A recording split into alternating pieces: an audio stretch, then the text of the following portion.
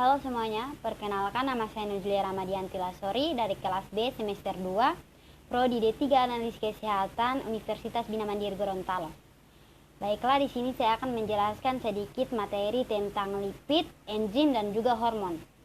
Oke, langsung saja. Yang pertama kita akan membahas tentang lipid.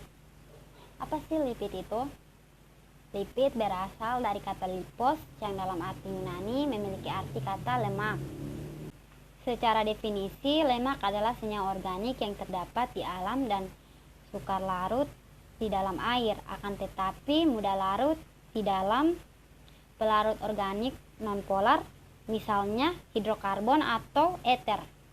Lipid memiliki beberapa sifat-sifat kimia. Yang pertama esterifikasi, yang kedua hidrolisis, yang ketiga oksidasi, yang keempat penyabunan, yang kelima hidrogenasi, dan yang terakhir pembentukan keton.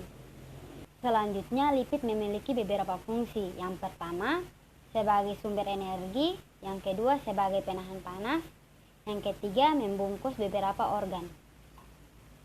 Nah, selanjutnya setelah kita membahas tentang apa itu lipid, sifat kimia dari lipid dan juga fungsi dari lipid, selanjutnya kita akan membahas pemanfaatan lipid dalam bidang industri. Yang pertama dalam bidang industri lilin, yang kedua dalam bidang industri kosmetik, yang ketiga dalam bidang industri sabun, yang keempat dalam bidang industri minyak sawit, dan yang terakhir dalam bidang industri karet. Nah, selanjutnya kita akan membahas tentang steroid. Apa itu steroid? Steroid adalah senyawa organik lemak sterol yang tidak terhidrolisis yang didapat dari hasil reaksi penurunan dari terpena atau squalene. Nah, selanjutnya kita akan membahas tentang struktur steroid. Steroid mempunyai struktur dasar yang terdiri dari 17 atom karbon yang membentuk 3 cincin sikloheksana dan 1 cincin siklopentana. Selanjutnya jenis-jenis steroid.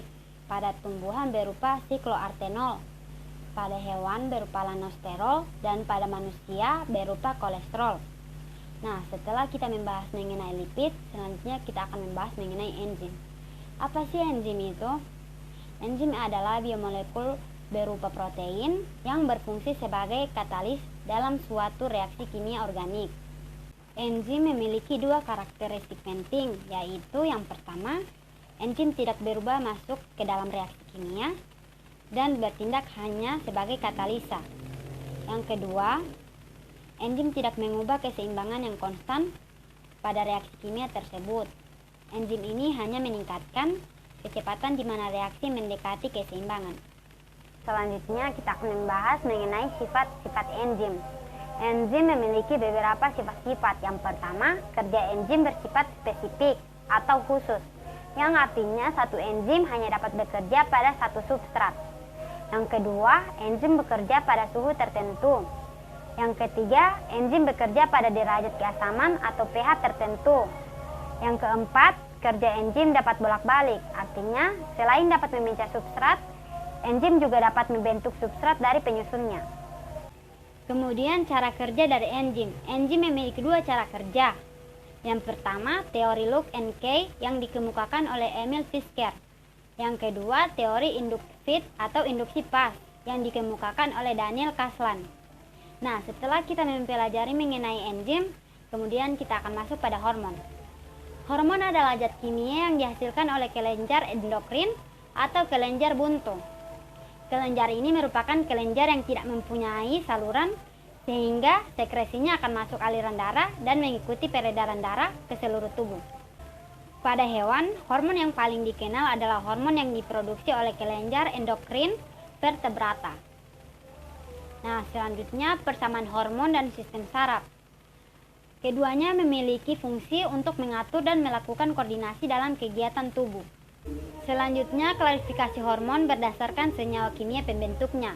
Yang pertama, golongan steroid yang berupa turunan dari kolesterol, yaitu endogen. Yang kedua, golongan eikosanoid amino dengan molekul yang kecil, yaitu dari asam arasidonat.